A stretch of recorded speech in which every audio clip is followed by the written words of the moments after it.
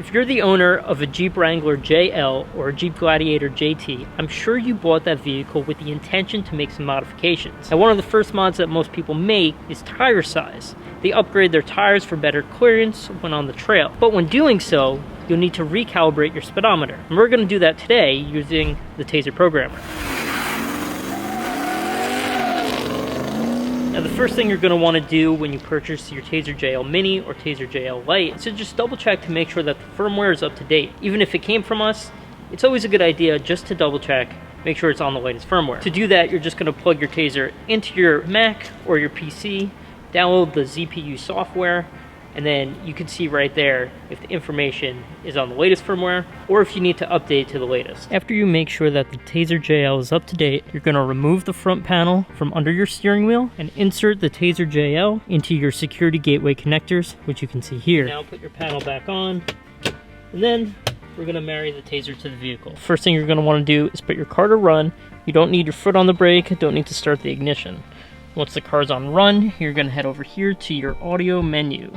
We are on audio here, and now to enter the TaZer menu, hold down your left arrow and your cruise cancel button. So let me put the camera down and we'll cycle through the menu together. So while holding down your left arrow, hit cruise cancel and you'll see light show come up. Keep hitting cancel until you see marry. Now that you see marry, hold down the left arrow again and then hit your center cruise cancel button and it will select marry. It's going to count down and then it's going to be married to the vehicle.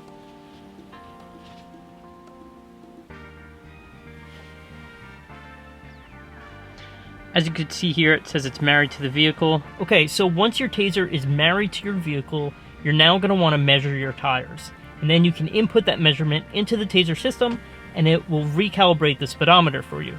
So let's hop out, I'll show you how that's done. Now, there are a few things that you're going to want to do before you actually go ahead and measure your tires. One of the first ones being you want to make sure you're on a level surface, pulled out of the garage, because not everybody has a garage. So this is fairly level surface. And then secondly, make sure that your tires are filled up to their respective PSIs. Now it's time to actually measure your tire. For this, you're going to use a yardstick or a tape measure. You're not going to go off of the size that you find on the tire.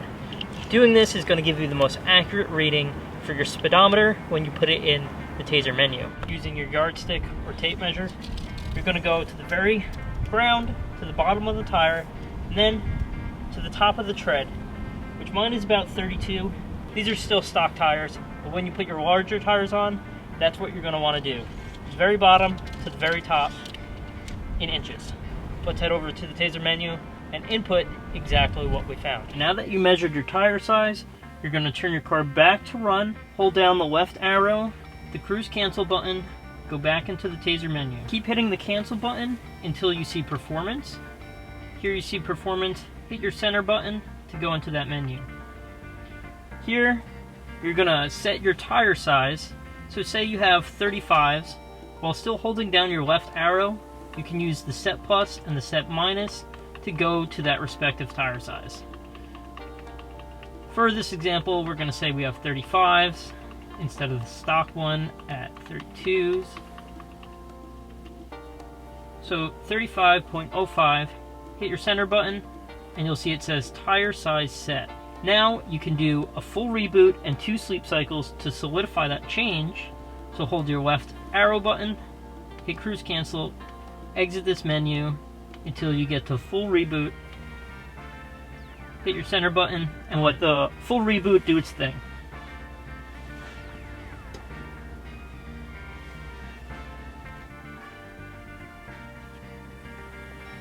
Now that the full reboot went through, we're going to do 2 sleep cycles, and I'm going to show you how that's done. You're just going to shut off your car. You're going to open and close your door, letting both of these screens shut off. This one takes a little while on the Jeep, but once that's off, you're going to turn the car back on and do the same thing again.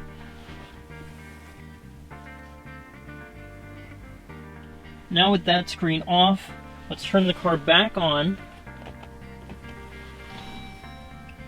Let your screens load back up. And then we shut the car off, open and close the door, and that's our second sleep cycle. Okay, these are both on. Let's shut the car off again. Open and close the door. Wait for these to turn off, and that's our second sleep cycle. Okay, now the last step of this process is to make sure you go on a 20-minute drive, preferably highway. This will assure that all the TPMS sensors are recalibrated. If you found this video helpful, please be sure to leave us a like. If you're not already subscribed, please do so. There's about 90% of you that watch our videos that aren't subscribed yet, and we're constantly putting out new videos about our product and features, so be sure to do that. Lastly, if you like our light show feature, watch this video here. We use the custom light show to sync multiple vehicles to a classic Christmas song. Check it out, it's pretty cool, and we'll see you in the next one.